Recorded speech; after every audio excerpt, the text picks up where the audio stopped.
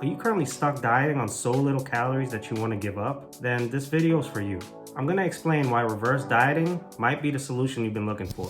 Before we get into the how, what exactly is reverse dieting? Reverse dieting is a strategy where you're increasing your calories over time in order to improve your body composition. Let's say you're consuming 1,500 calories a day. You've been dieting for about 3 to 4 months, you're mentally drained, and your weight isn't decreasing. There's also no way you can reduce your calories any further. Reverse dieting allows you to increase your calories gradually so you're able to eat more. You're probably now like, wouldn't that put me in a surplus? The short answer is no. Simply increasing your calories does not automatically put you in a surplus. Increasing your calories can still keep you in a deficit for a few reasons. What exactly are we doing when we're dieting? We're putting our body into a stressful state. And one of the things stress does is causes the body to retain water. This is why after dieting for so long, you'll probably notice that the scale isn't going down. It may even go up a few pounds. As soon as you increase your calories a little, your body will start releasing a ton of water, causing your weight to drop. Your stress levels also come down as a result. The next thing it can do is actually speed up your metabolism. As you get deeper into your diet, your body will adjust to the calories it's receiving as well as the activity, causing your metabolism to slow down. Increasing your calories even slightly can bring your metabolism back to baseline. The next thing it does is it helps you sustain your diet. And if you're able to sustain your diet, then guess what? You'll be able to drop the remaining body fat and achieve your goals. You won't give up and end up binging. Now, the way you want to address increasing your calories is in small increments. Here's an example of what an 8-week breakdown of flexible dieting would look like.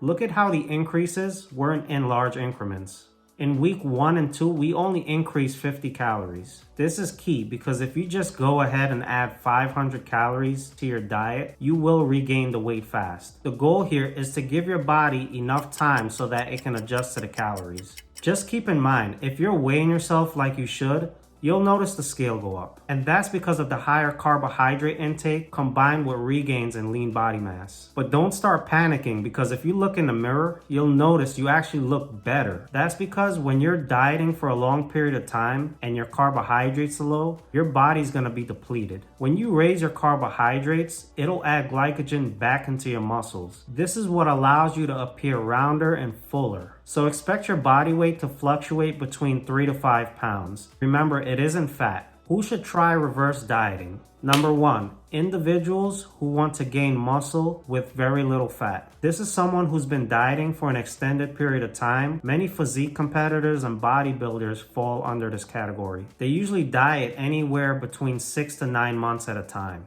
Number 2 is someone who's been on a crash diet. They can use this approach as a great starting point. Here's a 4-step process you can use in order to implement reverse dieting. First thing you want to do is figure out your rate of progression. Do you want to start off more conservative? You just finish a competition and you don't want to jump straight into your maintenance calories.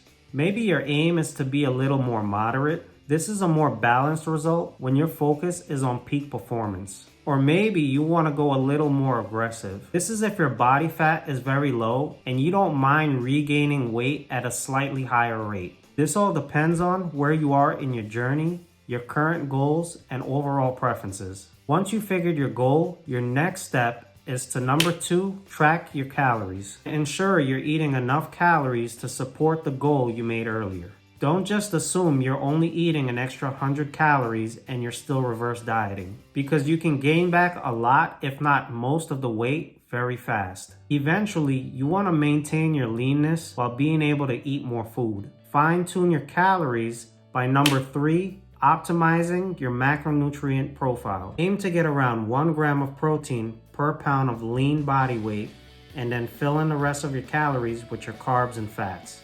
Number 4, continue to monitor your progress regularly. This includes tracking your food intake, your weight, as well as performance in the gym. You can further gauge your progress by taking weekly photos and comparing them. One thing to remember, reverse dieting is not magic. It does take time and attention to detail. From there, you can make adjustments based on your results to ensure that you're meeting your rate of progress. If this is something you're considering to try, let me know in the comments down below, and I will see you all in the next video.